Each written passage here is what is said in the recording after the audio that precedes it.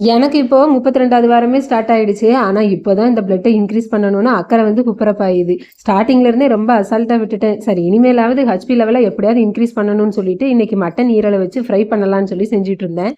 அதே மாரி இந்த சுவரொட்டி சாப்பிட்டாலும் நல்லா வந்து நமக்கு பிளட் இன்கிரீஸ் ஆகும். பட் அதெல்லாம் இங்க கிடைக்கிறது ரொம்ப குதிரை கொம்பா இருக்கு. இந்த ஈரல் ஃப்ரை பண்றது ரொம்பவே ஈஸி தான். ஒரு கடாயில எண்ணெய் விட்டுட்டு ஹீட் ஆனதுமா சோம்பு, கருவேப்பிலை, வெங்காயம், பச்சை மிளகாய், இஞ்சி பூண்டு பேஸ்ட் போட்டு நல்லா வதக்கிட்டு, கிளீன் பண்ணி வச்சிருக்க இந்த ஈரல் கூடவே கொஞ்சம் உப்பு, மஞ்சத்தூள்லாம் போட்டு மூடி போட்டு ஒரு 5 நிமிஷம் கழிச்சு எடுத்துட்டு, அதுக்கப்புறமா மிளகாத்தூள், மல்லித்தூள், கரம் மசாலாலாம் போட்டு மசால் வாசம் போனதும் லைட்டாக தண்ணி ஊற்றி மூடி போட்டு வெந்ததும் ஃபைனலாக அந்த மிளகுத்தூள் கொஞ்சம் மல்லி இலைலாம் தூவி அப்படியே கிளறி விட்டு இறக்கிட்டோம்னா சூப்பர் டேஸ்ட்ல ஈரல் ஃப்ரை வந்து ரெடி ஆகிடும். நான் இன்னைக்கு லஞ்சுக்கு சிம்பிளாக ரசம் வச்சு ஈரல் ஃப்ரை, அப்புறம் புடலங்காய் கூட்டு, நெத்திலி மீன் ஆல்ரெடி கொஞ்சம் இருந்துச்சு, சரி அதையும் வந்து இதோட ஃப்ரை பண்ணி வச்சு சாப்பிட்டு முடிச்சிட்டேன். நீங்கள் ப்ரெக்னெண்ட்டாக இருக்கீங்க, ஹீமோகுளோபினை இன்க்ரீஸ் பண்ணணும் அப்படின்னா ஸ்டார்டிங்ல இருந்தே இந்த மாதிரி ஈரல், சுவரொட்டி, முருங்கைக்கீரை, பீட்ரூட், மாதுளன்னு எடுத்துக்கிட்டோம் அப்படின்னா கண்டிப்பாக பிளட் இன்க்ரீஸ் ஆகும்.